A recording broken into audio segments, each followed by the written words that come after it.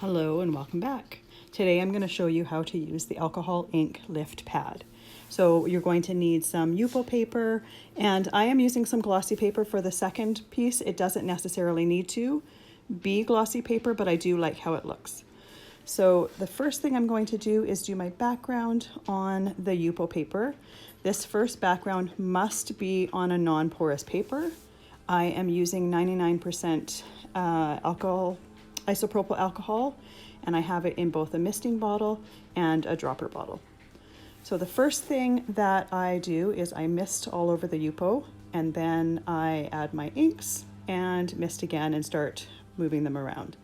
I've doubled the speed of this video so that it takes a little bit less time for you to see, but you can see all the steps.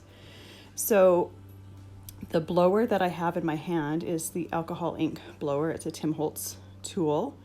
And I'm just using that to blow the inks around and get them to move a little bit closer to where I'm wanting and spreading them around. This piece of Yupo is going to be cut down because I'm going to be making cards that are 4 1/4 by 5 1/2.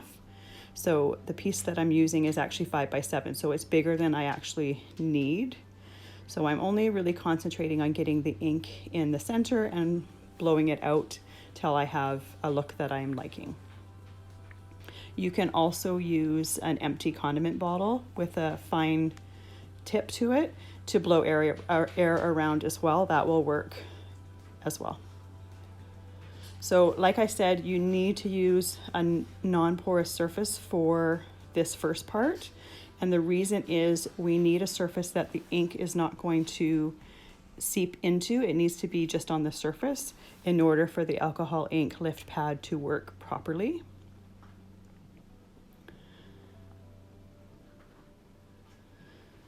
This is the stamp set that I'm going to use. It's called Flower Shop. It's a Stampers Anonymous stamp.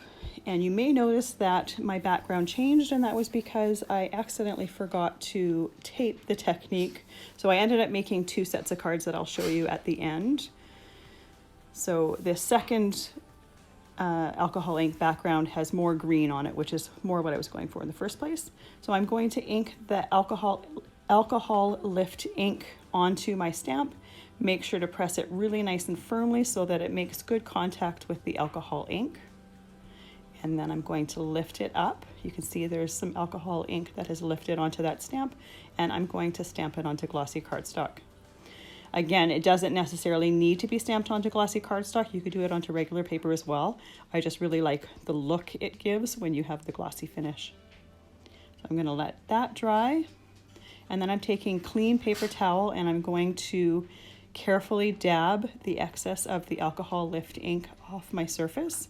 For the first part, you must dab to get the excess off. You can't rub, because if you start rubbing, you're just going to be smearing the alcohol lift ink around your surface, and it's not going to give you a clean image.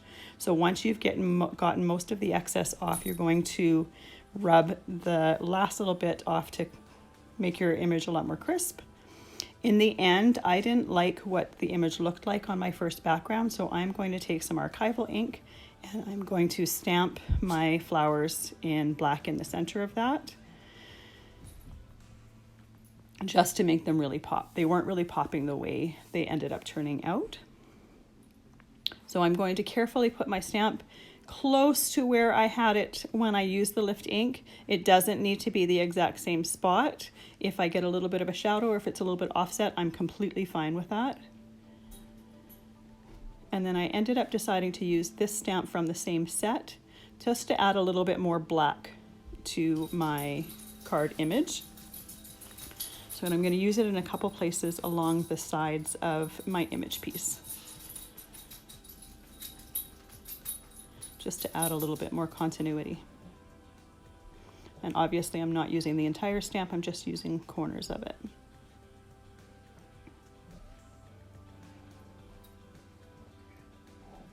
Then I'm going to let those pieces dry, or you should. I ended up putting my cards together while the ink was still a little bit wet, so because I got a little bit impatient.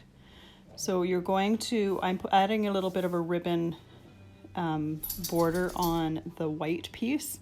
So I put some Be Creative tape along the bottom of it, and then I'm putting the ribbon on top of that. I can lift it up and then just tuck my ribbon onto the back of my piece. I'm going to use that same Be Creative tape to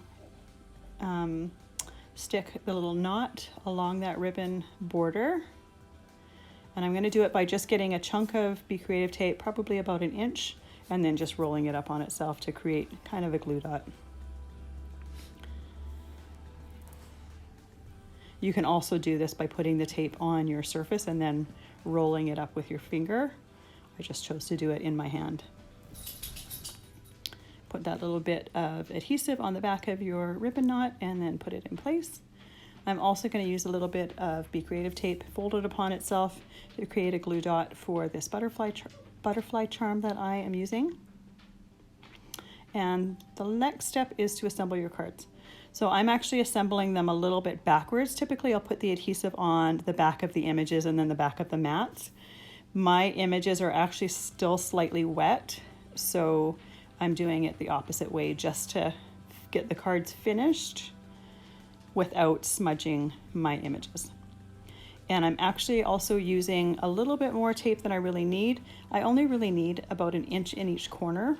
This tape is really good. It sticks really, really well. So I don't need to be using this much tape. I'm just trying to save a little bit of time here. So I ended up using more than I really needed. So as I said before, I forgot to tape the technique the first day. So I ended up making 2 sets of cards. So I'll show you the second or the first set of cards as well at the end of the video so you can see what they looked like, simply because I used a different stamp image just to make it a little bit more interesting. So after I put my images on the mat, I'm going to put them on a white card base, lining them up carefully as possible. And this is what my set today looked like, with a little bit of a daisy stamp.